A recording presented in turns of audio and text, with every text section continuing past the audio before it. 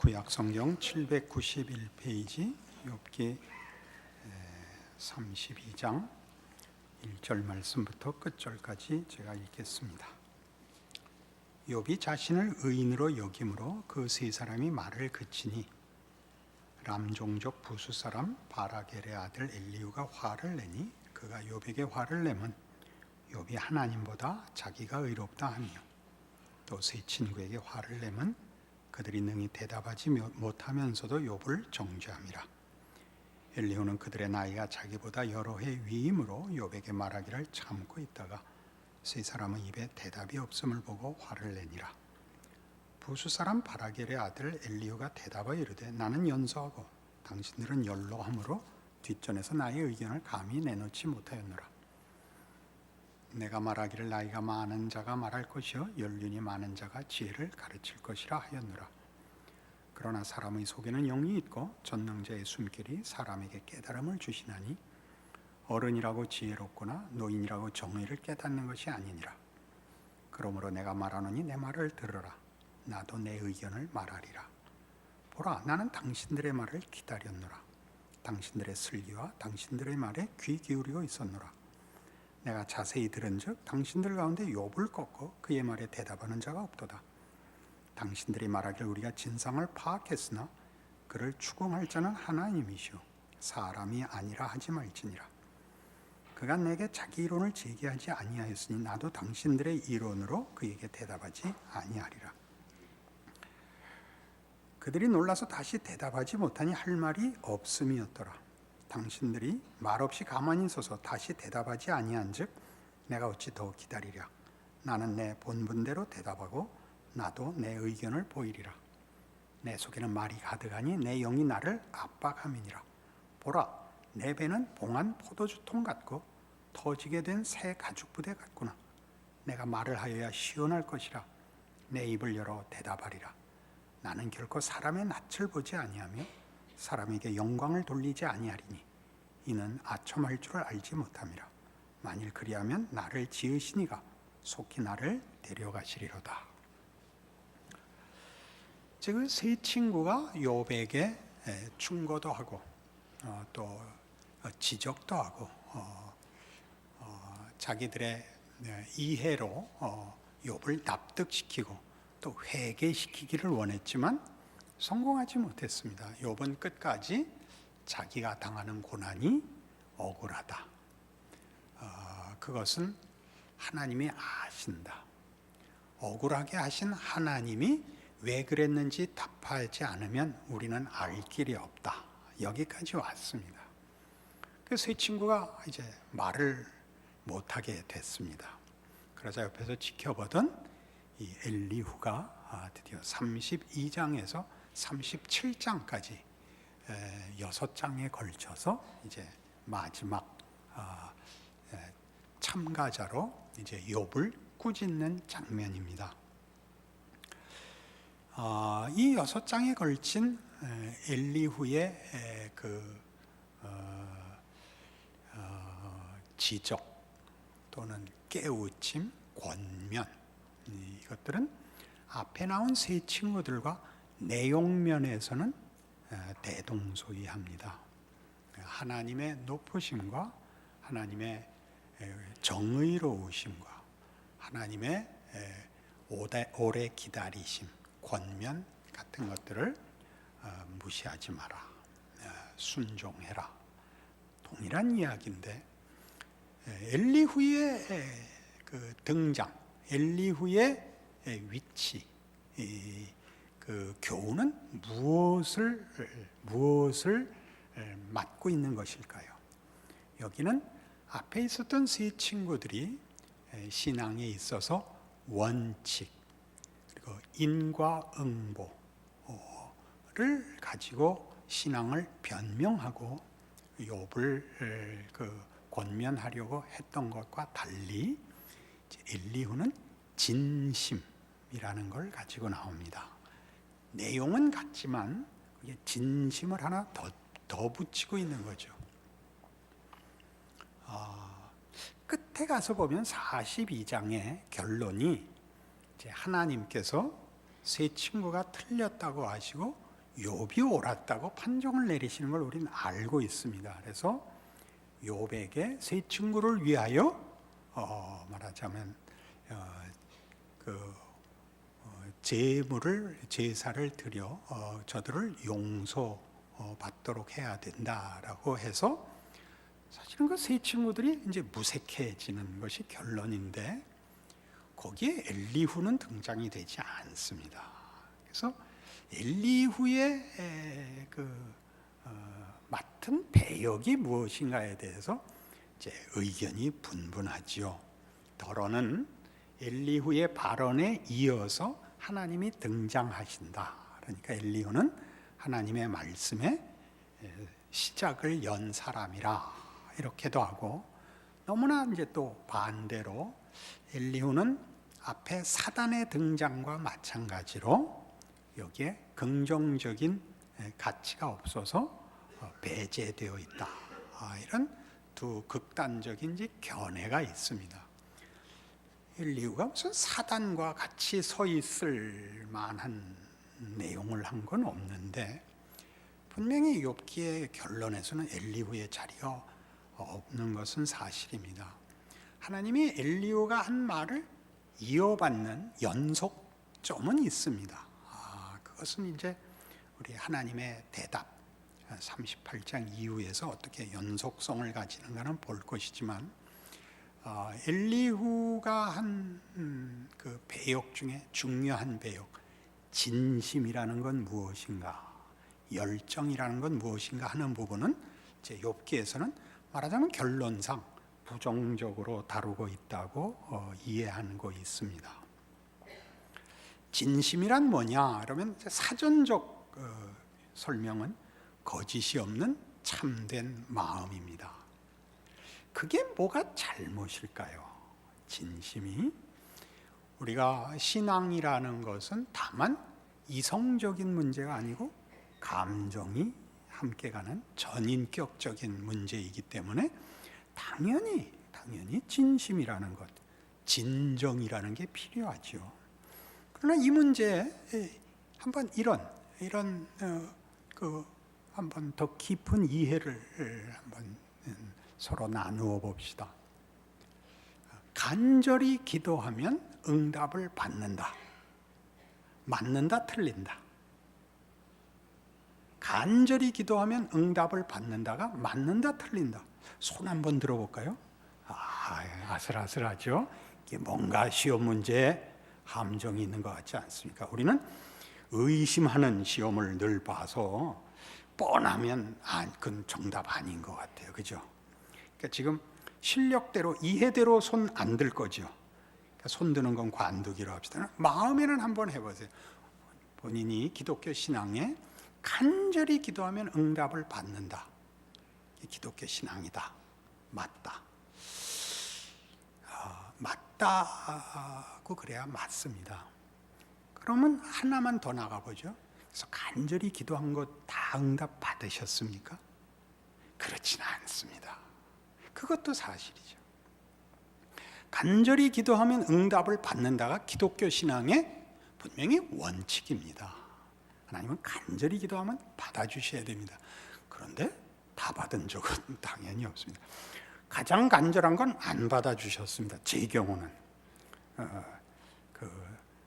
이렇게 설명하면 안 되지만, 보다 사소한 것에서는 받으시고 가장 중요한 건 안 받아주신 것 같이 느껴집니다.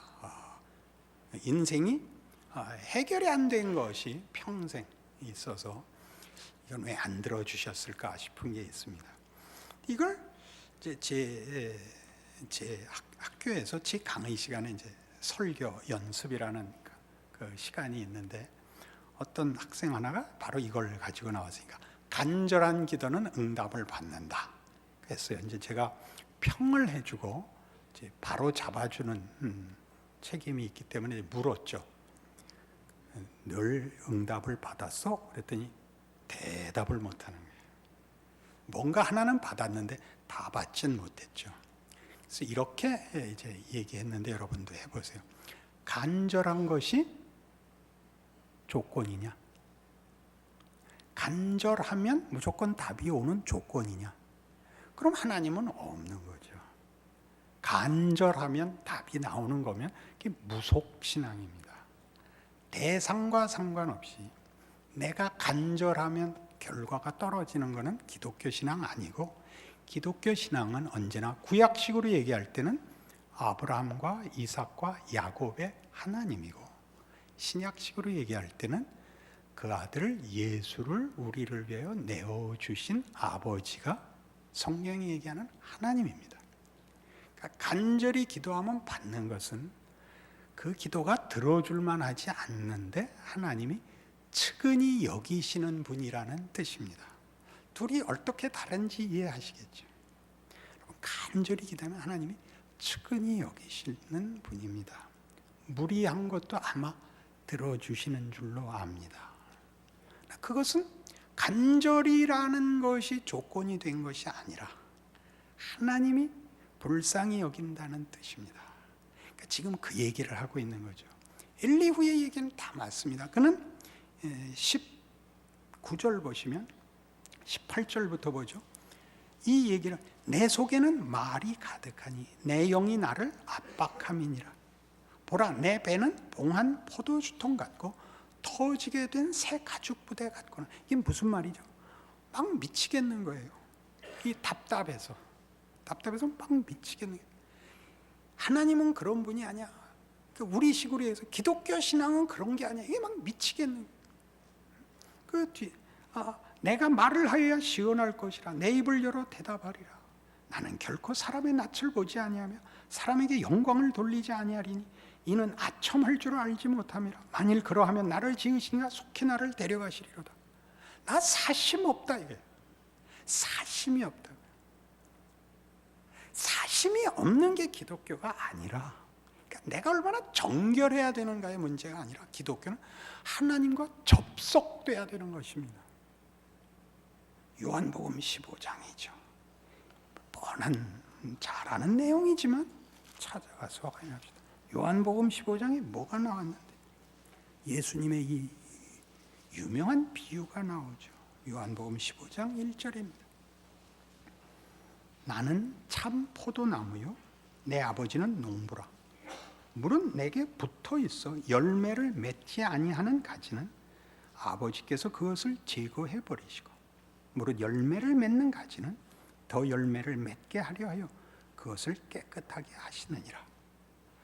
너희는 내가 일러준 말로 이미 깨끗하여졌으니 내 안에 거하라. 나도 너희 안에 거하리라. 가지가 포도나무에 붙어 있지 아니하면 스스로 열매를 맺을 수 없음같이 너희도 내 안에 있지 아니하면 그러하리라. 뭘 비교하는 거죠?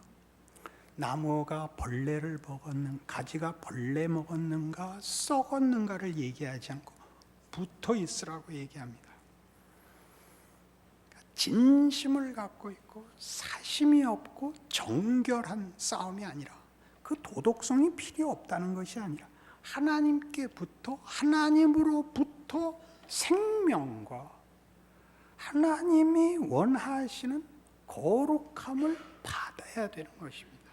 그러니까 엘리후는 지금 하나님의 이름을 꺼내지만 스스로 자기를 정결케 하고 흠없게 하고 거짓 없게 하는 것으로 하나님이라는 주인과 축복하시고 우리를 만드시고 목적하시는 일을 배제한 채 정결케 되는 것, 더러움을 씻어내는 것으로 이렇게 쑥 숨어버리고 쑥 축소됩니다. 그게 뭐의 잘못인가 그러겠죠? 이렇게 해보시죠. 기독교는 옳고 그른 것이 원칙입니다. 기독교는 옳고 그르냐를 따지는 게 아니라 옳게 하려는 종교입니다. 그러기 위해서 하나님이 그 아들을 주신 그 주인이라는 것을 믿는 종교입니다.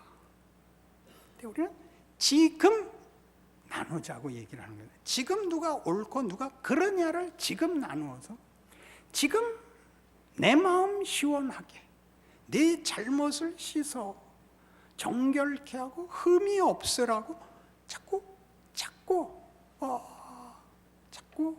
급박하게 굽니다. 지금 엘리후가 그러는 거죠. 시작이 이렇게 되어 있어요. 32장 다시 보시면 욥기 시작이 욥이 자신을 의인으로 여김으로 그 세 사람이 말을 그치니 람 종족 보수 사람 바라게알의 아들 엘리후가 화를 내는 겁니다. 화를 낸다는 게 무슨 말인지 아시겠어요? 이 왜 뻔한 걸 틀려 이러는 겁니다. 이 뻔한 걸 틀려.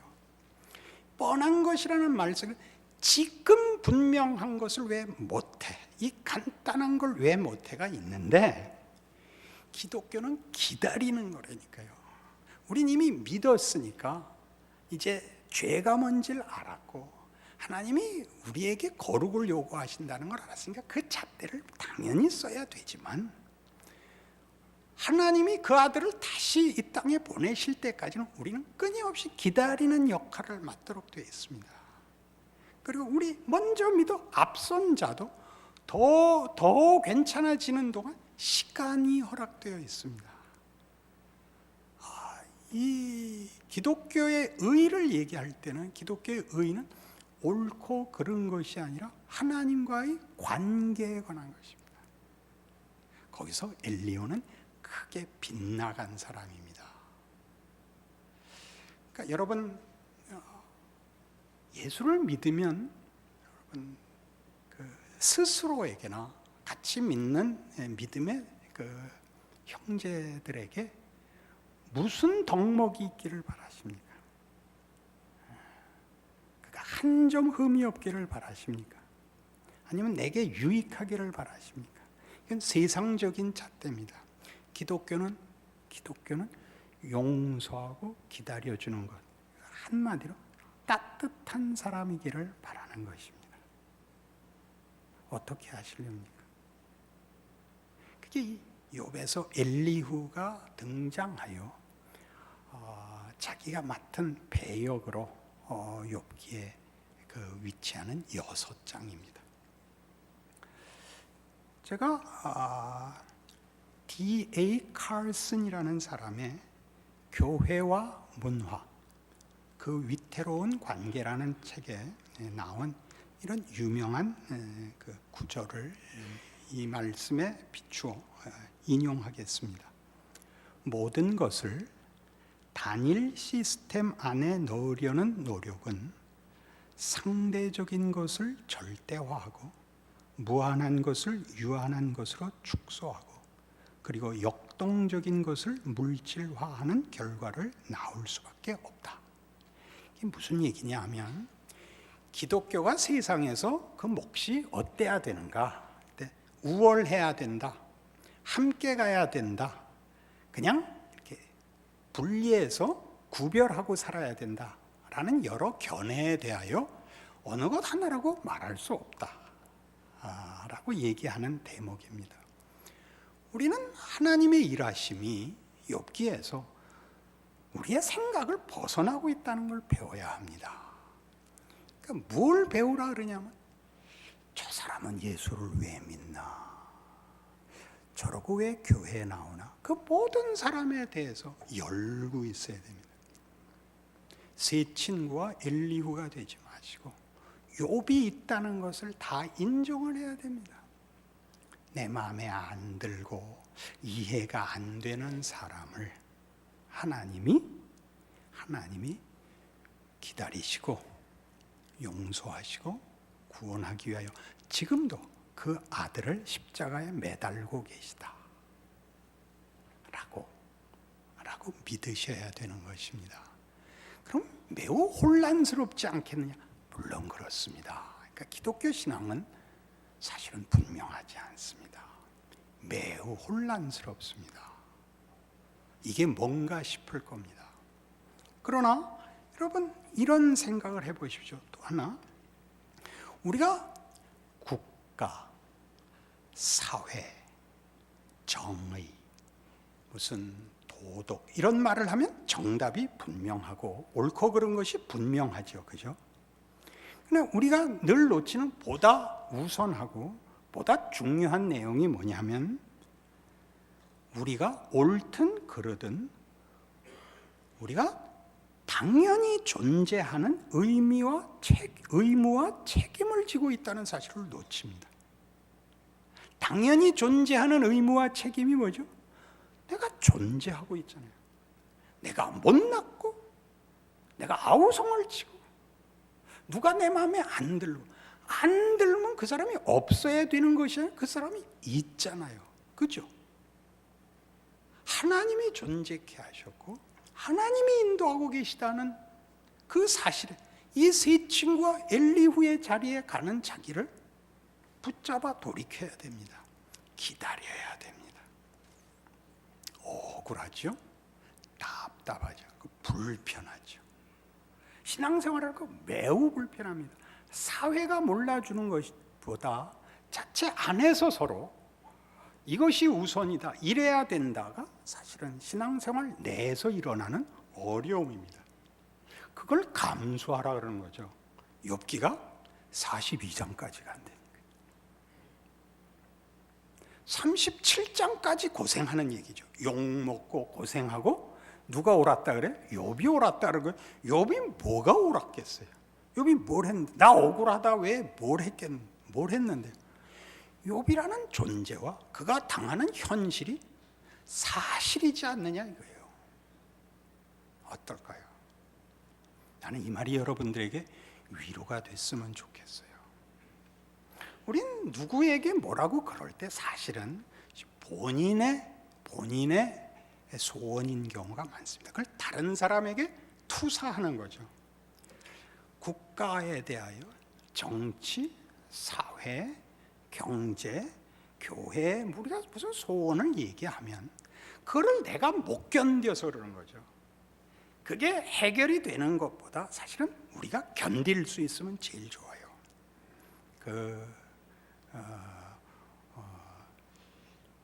자족하는 사람이 부자라, 그런 얘기가 논어에 있었던 걸로 기억을 하는데, 그죠? 얼마나 많이 가져야 부자라고요? 자족하는 사람이 부자이지요.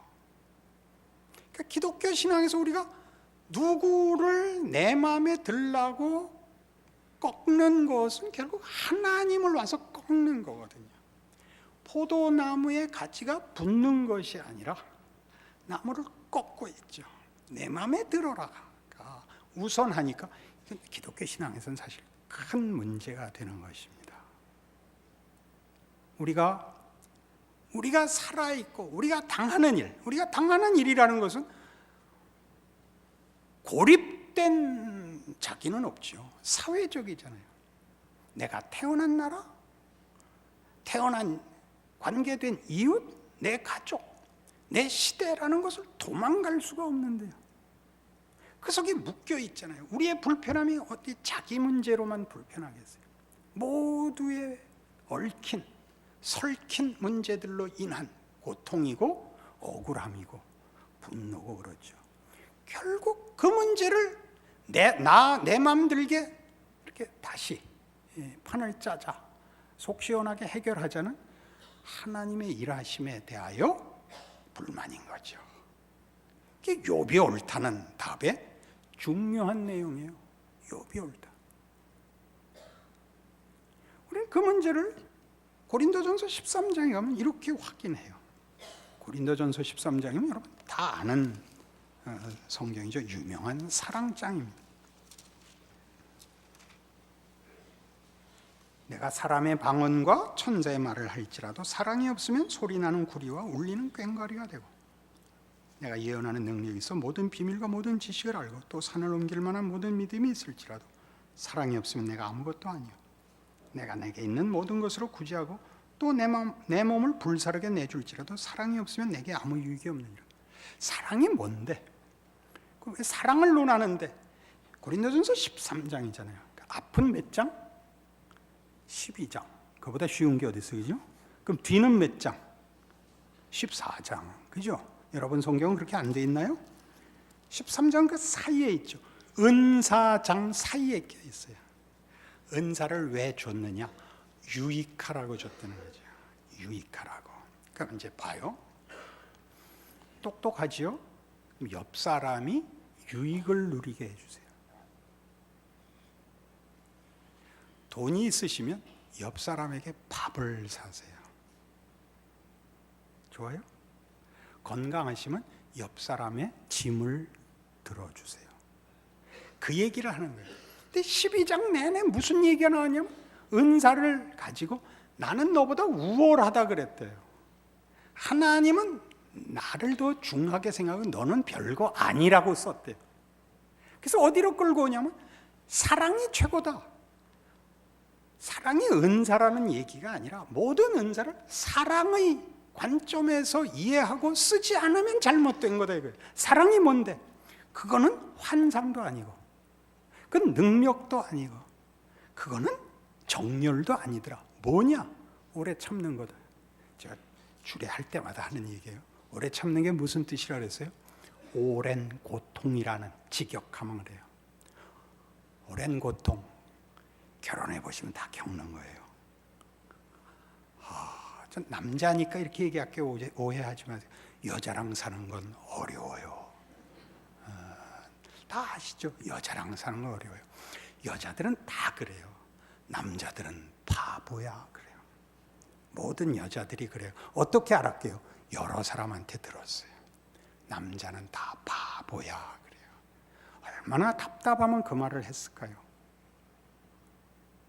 그 사랑은 가슴 뛰는 것이 아니라 죽을 것 같은 거예요. 정열에 불타서가 아니라 손에 불타서가 아니라 사랑이 뭔가 싶은 거죠. 그게 무슨 말이죠? 사랑을 하면 고통을 당해야 되고 손해를 봐야 된다는 뜻이 아니라 사랑은 상대를 강요하는 것이 아니다 그 말이죠. 사랑은 강요하지 않아요. 상대방에게 지는 거예요. 사랑은 내 마음 같으라고 그러는 거 아니에요. 해달라는 거 다 해줄 테니까 내 말 들어. 그렇게 안 한다니까. 사랑은 우리한테 하나님이 지신다니까. 우리한테 그 아들을 내어줘서 우리 마음대로 하게 하셨다니까. 기독교가 말하는 예수예요. 하나님이 우리를 사랑하셔서 당신을 우리에게 내어줬대요. 놀랍죠? 우리 어떻게 하고 싶다고요? 내 마음에 들게 하고 싶다니까. 엘리후가 어떻게 했다고? 화를 냈다니까. 왜? 진심이거든요. 사심을 갖지 않았고 자기 편하자고 그런 거 아닌데 그렇게 하는 바람에 뭐가 없어졌다고? 기다려서 하나님의 일하심을 믿는 일에서부터 신앙을 이렇게 끊어버렸다고요. 우리 앞으로도 엘리후에 대해서 좀 더 생각할 것인데 이 문제를 깊이 생각하셔야 돼요. 여러분이 가지는 신앙의 가장 중요한 내용이 무엇인가 한번 들여다보세요. 욕 안 먹고 쓸모 있어야 되는 것이 신앙의 본질이 아니고 얼마나 많이 참고 웃을 수 있느냐가 기독교 신앙의 가장 중요한 내용이라는 걸 기억하셔서 예배 마치고 나갈 때부터 바뀐 표정, 바뀐 얼굴로 서로 인사하세요. 기도하십시다. 하나님 아버지 은혜를 감사합니다. 하나님이 우리를 사랑하고 우리 보고 서로 사랑하라 하셨으니 아멘으로 받습니다. 용서하시고 기다리시고 다 내어주시는 하나님을 아버지라 부르게 하셨으니 감사합니다. 우리의 인생과 우리의 못난 존재를 하나님의 사랑과 능력에 맡기고 열심히 살겠습니다. 축복하여 주시옵소서. 예수님 이름으로 기도합니다. 아멘.